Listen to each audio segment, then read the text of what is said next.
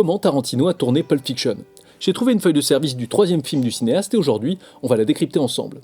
Pour ceux qui ne le savent pas, la feuille de service c'est la base. Du plus petit film indé au plus gros blockbuster, c'est le document qui organise chaque journée de tournage. Horaire, séquence, météo, contact, absolument tout y est. Mardi 6 octobre 1993, 13e jour de tournage sur le plateau de Pulp Fiction. Aujourd'hui, l'équipe tourne au Salis-le-Roi. C'est une journée classique, 3 séquences pour un total de 3 pages de 8e. Une convocation à 7h pour un PAT, prêt à tourner, à 9h. On commence par la séquence 11, l'entrée de Jules et Vincent accueillis par English Dave. Oh, Vincent Vega, our man in Amsterdam. Jules Winfield, our man in Inglewood. Get your asses down in here. God damn, nigga, what's up with them clothes? You don't even wanna know. Un plan unique qui permet de commencer la journée tranquille et de finir l'installation à l'intérieur. Logique de commencer par ce plan simple, puisqu'une fois à l'intérieur pour tourner la séquence 12, on commence par un long travelling sur toute la longueur du bar.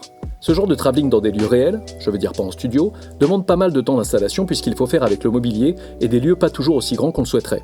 Il faut aussi faire attention aux réflexions de l'équipe dans les miroirs, tout en ménageant de la place pour les lumières, souvent nécessaires en intérieur.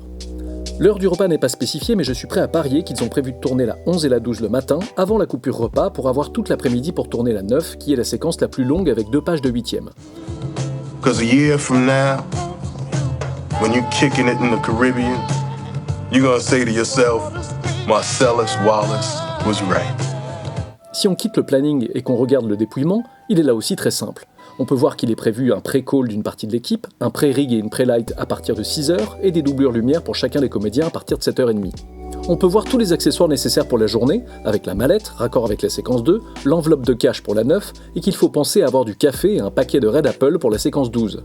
Et c'est ce qui me plaît dans cette feuille de service. On voit bien que ce film mythique, devenu Palme d'Or 7 mois plus tard, se tourne de manière très simple et très artisanale, même avec ses 8 millions de budget. On finit comme d'habitude par le planning prévisionnel du reste de la semaine. Et on découvre que le lendemain, l'équipe prévoit de tourner les séquences à l'extérieur de l'appartement de Butch. Et le surlendemain, la séquence 59, la rencontre et la course-poursuite entre Marcellus et Butch.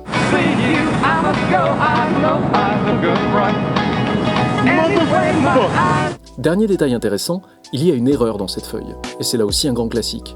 En effet, dans les convocations, on peut voir le statut des comédiens. Si vous ne savez pas ce que sont les statuts, je vous laisse voir l'épisode précédent sur Avengers.